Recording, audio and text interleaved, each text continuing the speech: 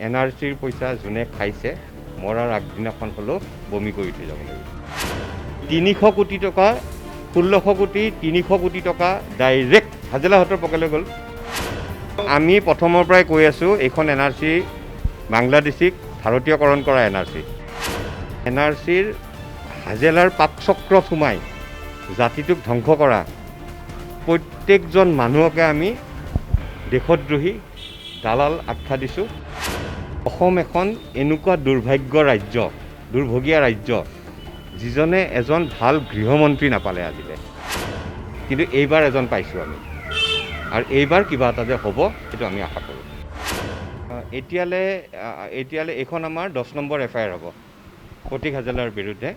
এইবাৰো FIRখন হ'ল NRCৰ family tree ভেৰিফিকেশ্যনৰ সময়ত ডাটা এণ্ট্ৰি অপাৰেটৰ, যিখিনি সন্দেহযুক্ত ডাটা এণ্ট্ৰি অপাৰেটৰ, তেওঁলোক কিছুমান সন্দেহযুক্ত অসম চৰকাৰৰ বিষয়া, বিশেষকৈ যাৰ বেকগ্ৰাউণ্ডটো বাংলাদেশ মূলৰ, কিছুমান মাইনৰিটিৰ সংগঠনৰ নেতা, এওঁলোকে মিলি সন্দেহযুক্ত বিদেশী নাগৰিকৰ নাম NRCত সোমাইছে। CIDত আমি FIRখন এইটো হিচাপত দিছোঁ, ফেমিলি ট্ৰী ভেৰিফিকেশ্যনৰ গোটেই NRC প্ৰক্ৰিয়াটোত 40% ভুল আছে।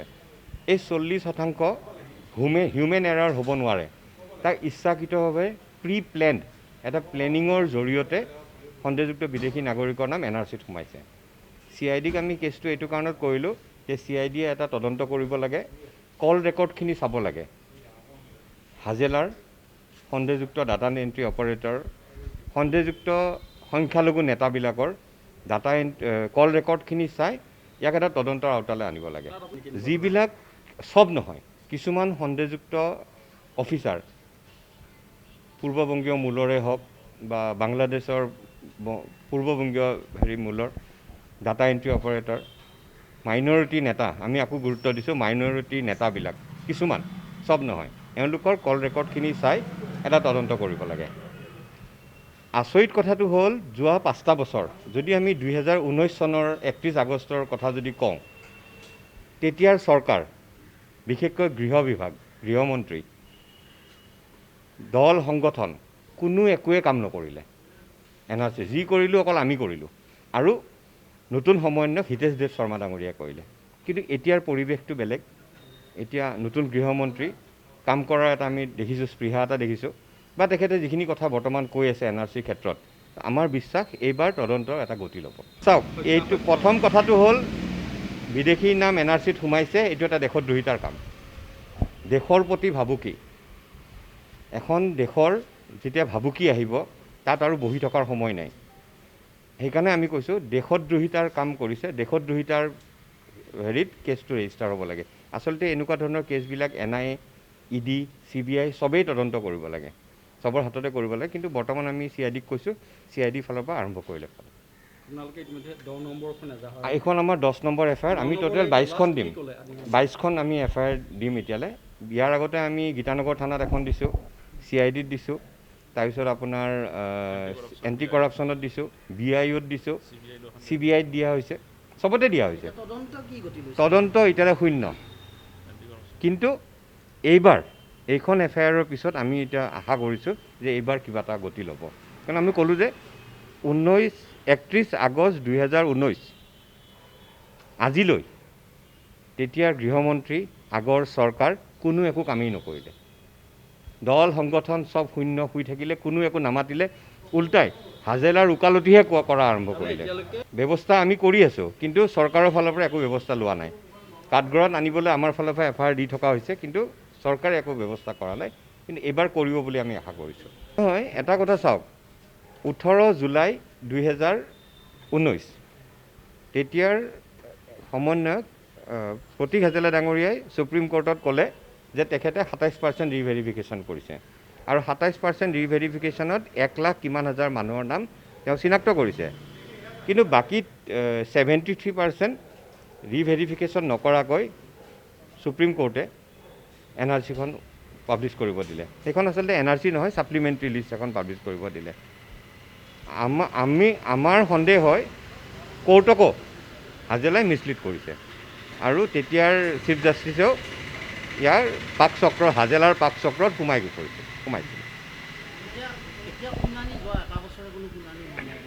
নাই শেষৰটো শুনানি হৈছিলে 6 জানুৱাৰী 2020। তাৰপিছততো কৰোণাক লৈ চববিলাক হেৰি হৈছে।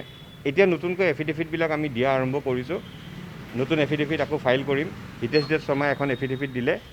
কৰোণাটো অলপ তল পৰাৰ লগে লগে যেতিয়া কেছ কোৰ্টবিলাক খুলিব আকৌ হিয়াৰিং আৰম্ভ হ'ব।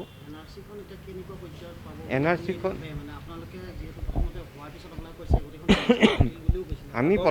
আমি প্ৰথমৰ পৰাই কৈ আছোঁ এইখন NRC বাংলাদেশীক ভাৰতীয়কৰণ কৰা NRC।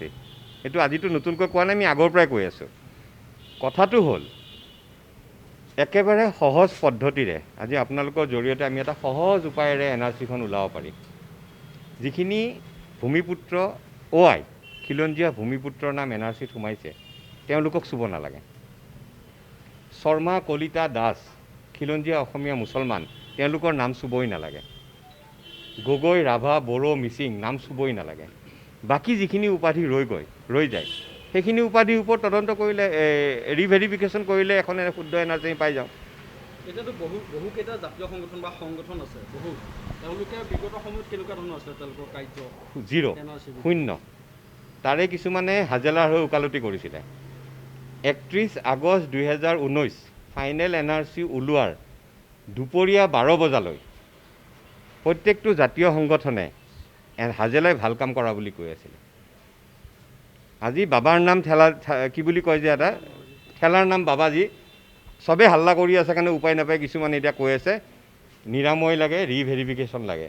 কিন্তু আচলতে আন্তৰিকতাৰে কোনো কৰা নাই। নাম লৈ কৈছোঁ সদৌ অসম ছাত্ৰ যোনেই নহওক আজিতো আপোনাৰ হাজেলাৰ দালালি কৰি কিছুমানে কিতাপো লিখি দিলে।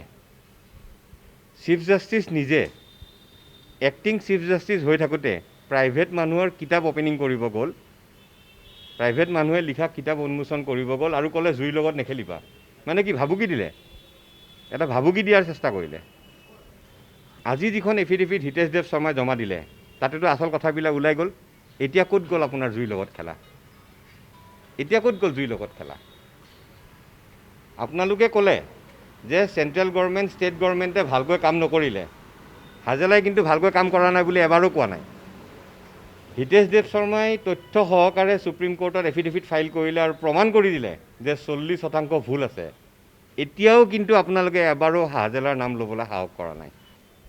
আগতেও কৈছিলোঁ আৰু এবাৰ ক'ম, অসম এখন এনেকুৱা দুৰ্ভগীয়া ৰাজ্য যিজনে এজন ভাল গৃহমন্ত্ৰী নাপালে আজিলে।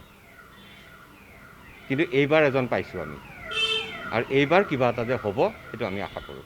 NRCৰ লগত দালালি কৰা, NRCৰ হৈ ওকালতি কৰা আৰু NRCৰ হাজেলাৰ পাকচক্ৰত সোমাই জাতিটোক ধ্বংস কৰা প্ৰত্যেকজন মানুহকে আমি দেশদ্ৰোহী দালাল আখ্যা দিছোঁ আৰু প্ৰত্যেকজনৰ বিৰুদ্ধে আমাৰ ক্ষোভ আছে আৰু থাকি যাব।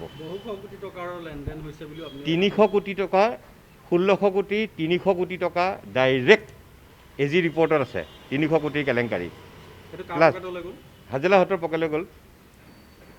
ডুবাই ৰিটাৰ্ণছ বুলি ক'লে আমি চবৰে কথা জানো, এটা খেলিমেলি কৰিছে। ডুবাই ৰিটাৰ্ণছৰ পৰা পইচা লোৱা হৈছে, বহুত কোটি টকাৰ খেলিমেলি।